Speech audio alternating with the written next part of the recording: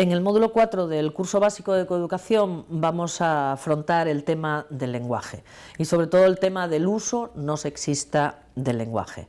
No es que el lenguaje sea sexista en sí mismo o no sexista, lo que sí que puede conllevar sexismo es el uso que hacemos de ese lenguaje. El tema del lenguaje es un tema controvertido, es un tema que trae muchas veces debate y discusión, pero es un tema importantísimo.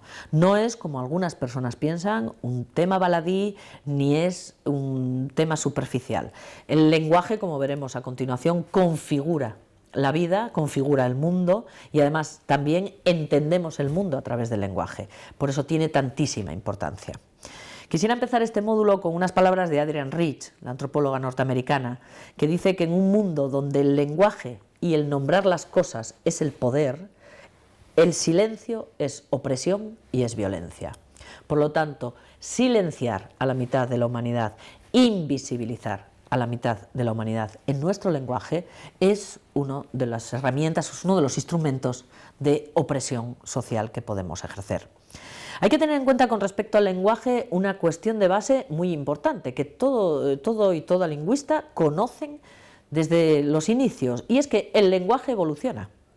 El lenguaje es vivo, el lenguaje responde a una necesidad de la sociedad y por lo tanto según evoluciona la sociedad, así evoluciona el lenguaje. Uno de los ejemplos más claros que lo podemos tener y además en generaciones muy cercanas es que cuando yo, por ejemplo, digo que se me estropeó el ratón, toda la gente de cierta edad y cierto entorno entiende que se me estropeó el ratón del ordenador.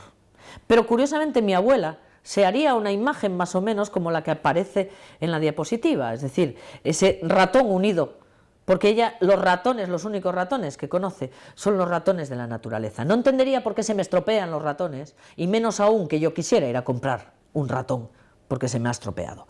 Por lo tanto, el lenguaje evoluciona, admitimos términos porque hay nuevas realidades.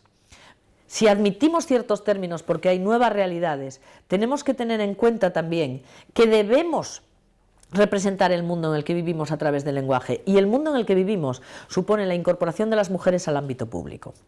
Una de los mayores movimientos sociales que ha podido haber en los últimos años es el de la incorporación de las mujeres al mundo público, al mundo de las profesiones, etc.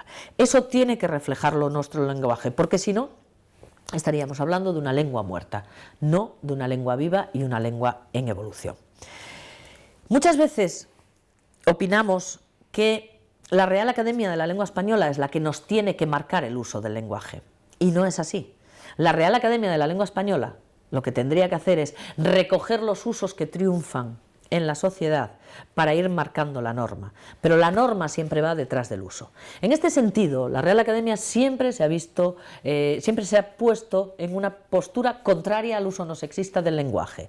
Y la gente que le hace caso a la Real Academia, yo le diría que mirara la definición que tiene la Real Academia todavía hoy en día en su diccionario web. En la web de la Real Academia ponéis huérfano y sale la siguiente definición: dicho de una persona de menor edad a quien se le han muerto el padre y la madre, o uno de los dos, especialmente el padre. Es decir, que según la Real Academia, según estos grandes prohombres de la lingüística, una gran mayoría hombres, por cierto, y con algún misógino dentro de su institución, considera que una persona es más huérfana cuando se le muere el padre que cuando se le muere la madre. Curiosamente, nadie en esta sociedad considera eso.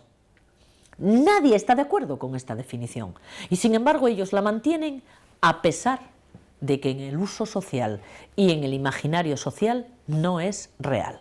Por lo tanto, son autoridades ancladas en ciertos tiempos que sí que te pueden admitir una palabra como tuitear, pero que no son capaces de admitir jueza, y eso es realmente triste. Hay muchos tópicos en contra del uso no sexista del lenguaje. Y estos tópicos los habéis encontrado a menudo, yo me los he encontrado y por lo tanto he intentado dar respuesta a esos tópicos. Uno de ellos es la gente que dice que el uso del masculino genérico es una norma y que el castellano es así. Lo primero es que no hay ninguna lengua que sea así, porque todas las lenguas vivas evolucionan y por lo tanto nunca son así, siempre están en perpetuo cambio.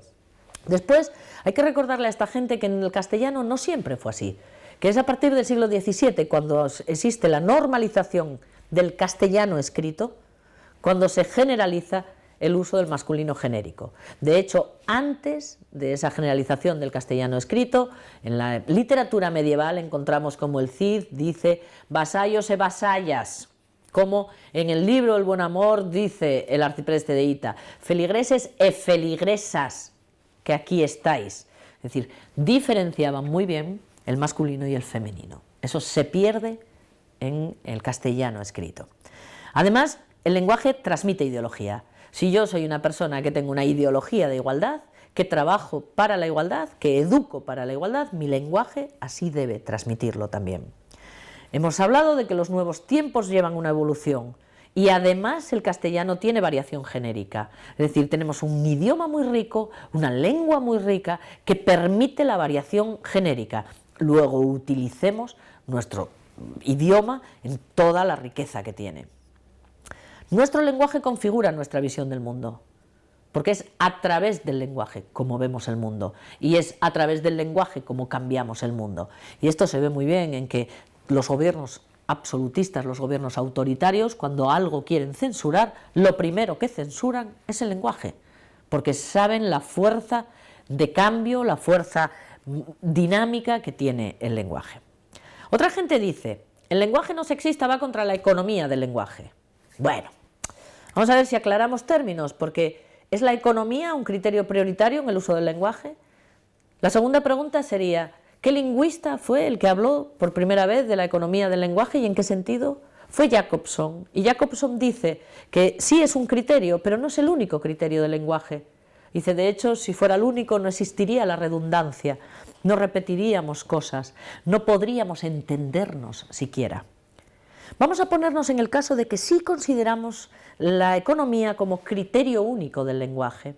Si así lo considero, que es la gente que nos dice este tópico en contra del uso no sexista, debo considerar como perfecto el lenguaje de los móviles.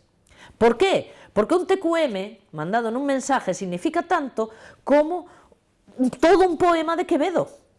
Significa lo mismo. Y lo que contestes, te juegas también la vida. En lo que contestes. TQM, no hay nada más económico que el lenguaje de los mensajes de móvil, por ejemplo. Sin embargo, normalmente al profesorado de lengua y al resto del profesorado les ponen los pelos como escarpias cuando a nuestro alumnado se le escapa algo de este lenguaje cifrado de mensajes de móvil. Pero ese es el más económico. Si lo que dices es no quiero hacer un uso no sexista del lenguaje por economía, tendrás que hablar, tendrás que escribir con el lenguaje de los móviles para ser coherente. Y además me pregunto, entonces ¿es la literatura un despilfarro económico? Porque no hay nadie que utilice más palabras para menos contenido en muchas ocasiones que la literatura, porque la literatura es contenido pero también es belleza y por lo tanto el adorno de las palabras es básico. Quitamos la redundancia también. ¿Y por qué esta gente no hace la misma crítica hacia el lenguaje político? Si hay algo que va contra la economía del lenguaje es el lenguaje político, con esas palabras tremendamente largas, inventadas también por la clase política, con esos discursos insufribles. Eso sí que habría que recortarlo. Curiosamente no se critica tanto como el uso no sexista. Otra crítica que tiene es que el estilo de redacción es farragoso y horrible. Y es cierto, es cierto. Es cierto cuando no lo sabes hacer. Lo mismo que es farragoso y horrible como escribe alguna gente que todavía no aprendió a escribir bien una redacción cualquiera. Pero es que hay un aprendizaje necesario y un interés por aprender. Cuando tú aprendes a hacerlo, tu uso no sexista del lenguaje ni es farragoso ni es horrible. Es un uso dinámico, es un uso normal del lenguaje y es un uso que incluso a veces pasa de manera desapercibida. Porque te has preparado, has aprendido a hacerlo precisamente porque tuviste interés en hacerlo. Quien tiene preocupación por el estilo con un uso no sexista, me gustaría que lo tuviera con todos los estilos de todos los escritos en todos los contextos, porque curiosamente alguna gente que tiene este prejuicio contra el uso no sexista, después a lo mejor puede ser que cometa faltas de ortografía, y eso sí que es horrible. Por lo tanto, si nos ponemos en ese purismo lingüístico, me gustaría que fuera en todos los estilos y en todos los contextos. Hay muchas posibilidades del lenguaje no sexista como dinámico y lo estamos demostrando día a día en muchas publicaciones, en charlas, etcétera, etcétera.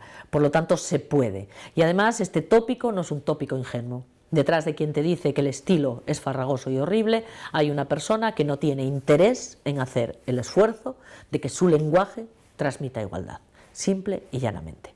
No digo que no sea una persona por la igualdad, digo que es una persona que no quiere hacer el esfuerzo de aprender a hacerlo de otra manera. Por lo tanto, no es un tópico ingenuo. Otras personas dicen que es una estupidez superficial. Bien, habrá que recordarles que como personas igualitarias es nuestra obligación ética asumir un lenguaje correcto e inclusivo. Pero no solo eso, sino que habrá que recordarles que por ley tenemos que hacer un uso no sexista del lenguaje en el ámbito educativo. Y si no, habrá que repasar la Ley Orgánica 3/2007 de 22 de marzo para la igualdad efectiva de mujeres y hombres, su título 2, capítulo 1, artículo 14.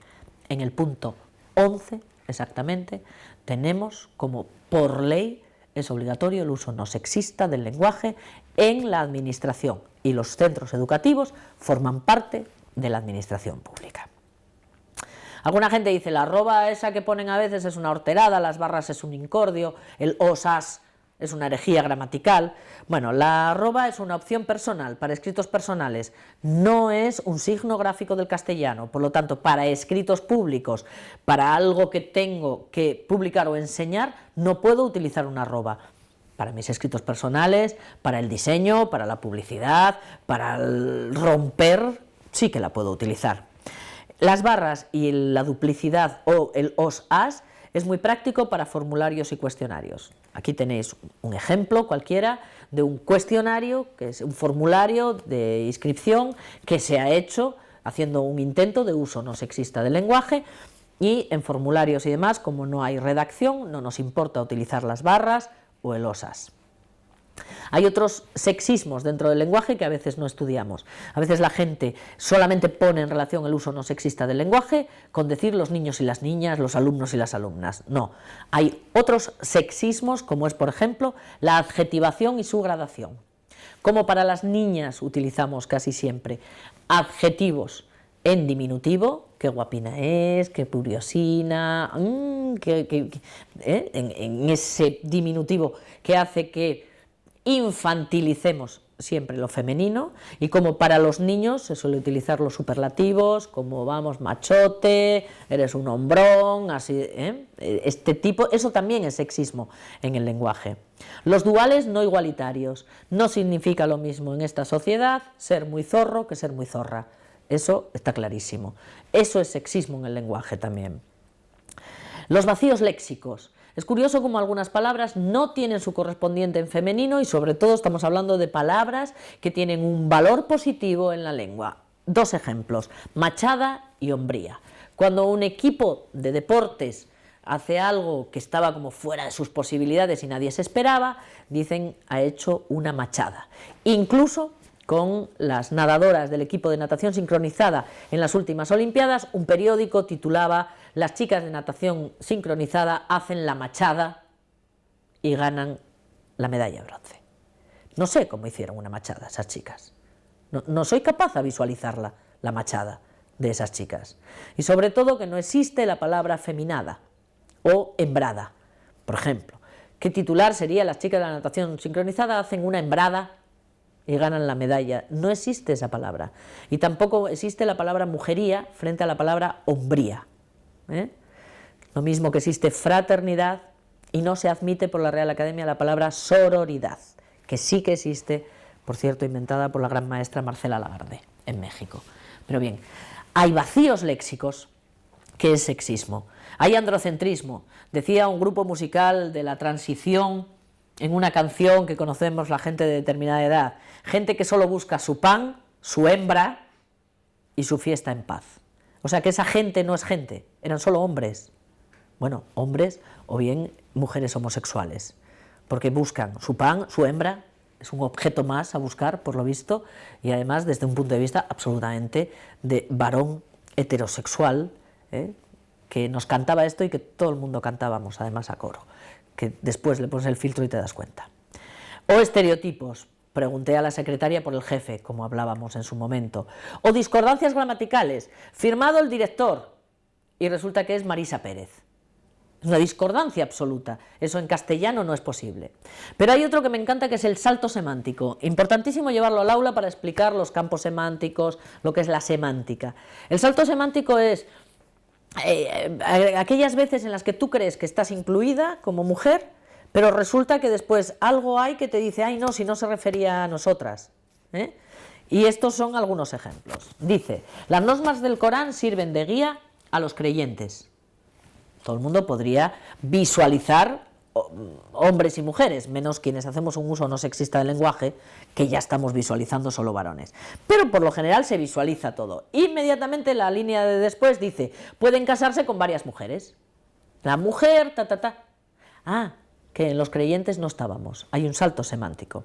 Otro ejemplo, los ingleses prefieren el té al café.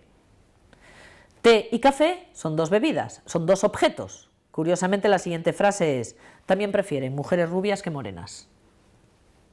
Que no estábamos tampoco en las inglesas incluidas. O esta, que es genial, dice, a la manifestación acudieron muchos funcionarios, y el siguiente del titular dice, y también muchas mujeres. No sé si es que las mujeres habían quedado aparte, en otra plaza, y se incluyeron cuando pasaron los funcionarios, o qué, pero el titular es tremendo. Aparte de mal construido, el salto semántico. O también es un salto semántico en esos videojuegos, en esas páginas de videojuegos, como hablábamos en el módulo anterior, donde todas las pestañas para entrar es acción, estrategia, juegos educativos, no sé qué, y de repente hay una pestañita que dice chicas. Que los de estrategia, los de acción, los de aventuras, los educativos no eran para las chicas.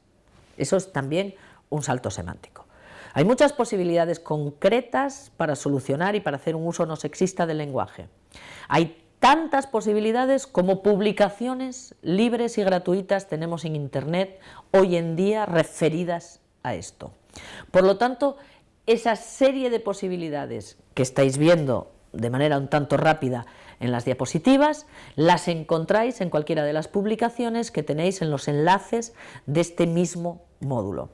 Es interesante porque el uso de un lenguaje que representa a mujeres y a hombres y que nombra todas las experiencias y a toda la humanidad es un lenguaje sensato, porque no oculta, no subordina, no infravalora, no excluye y no quita la palabra a nadie.